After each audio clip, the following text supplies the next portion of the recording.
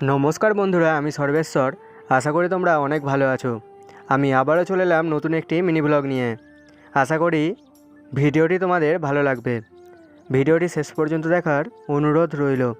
সকাল সকাল বেরিয়ে পড়েছিলাম নিউ দীঘা সি বিচের দিকে। যাওয়ার পথে একটি দোকান থেকে চা আর বিস্কুট খেয়ে চলে যাই সমুদ্রের পাড়ে। বহু পর্যটক ঢেউ খেতে ব্যস্ত, আর অনেকে বসে বসে দেখছেন সমুদ্রের অপরূপ দৃশ্য। আমিও মন্ত্রমুগ্ধের মতো তাকিয়ে রইলাম সমুদ্রের দিকে। সমুদ্রের উত্তাল ঢেউ, ঠান্ডা বাতাস, সবুজ প্রকৃতি আর পাখির ডাক সব মিলেমিশে এক মনোরম পরিবেশের সৃষ্টি করেছে। কিছুক্ষণ সমুদ্রের পাড়ে বসে থাকার পর নেমে পড়লাম সমুদ্রের জলে। কিছুক্ষণ পা ভিজিয়ে ঘোরাঘুরি করতে থাকলাম। ছোট ছোট বাচ্চাদের জন্য ছিল খেলনা গাড়ি, যাতে করে তারা আনন্দের সাথে রাইড করছিল। সমুদ্রের প্রবল হাওয়া সব কিছুই এলোমেলো করে দিচ্ছিল। আর ওখানে বেশ কিছু লোক ঘোড়া নিয়ে ঘুরছিল ফটো তোলার জন্য, এবং দূর দূরান্ত থেকে মাছ ধরে মাঝিরা তাদের নৌকা নিয়ে ফিরছিলেন সমুদ্রের তটে। অন্যান্য কাজের পাশাপাশি মাছ ধরাই ছিল দীঘার নাগরিকদের প্রধান জীবিকা।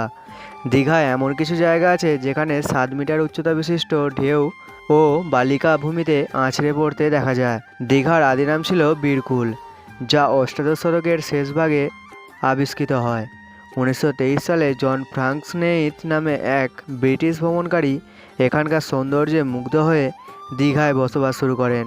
তার লেখালেখির ফলেই দীঘা সম্পর্কে মানুষের আগ্রহ বৃদ্ধি পায়, এবং এভাবেই আজও এক জনপ্রিয় সমুদ্র সৈকত হয়ে আছে দীঘা।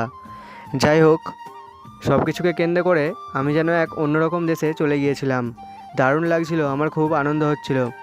আমার কিছু সুন্দর মুহূর্তই তুলে ধরলাম তোমাদের সামনে। এই সব সুন্দর মুহূর্তগুলো চিরস্মরণীয় হয়ে থেকে যাবে মনের মণিকোঠায়। আর তোমরা আমার ভিডিও দেখো, কিন্তু লাইক, কমেন্ট, শেয়ার এবং সাবস্ক্রাইব কিছুই করো না। এতে আমার অনেক খারাপ লাগে। তোমরা লাইক, কমেন্ট, শেয়ার এবং সাবস্ক্রাইব করে দিও, যাতে আরও নতুন নতুন ভিডিও বানানোর উৎসাহ পাই। সবাই ভালো থাকবে, সুস্থ থাকবে। দেখা হবে পরের ভিডিওতে। টাটা বন্ধুরা।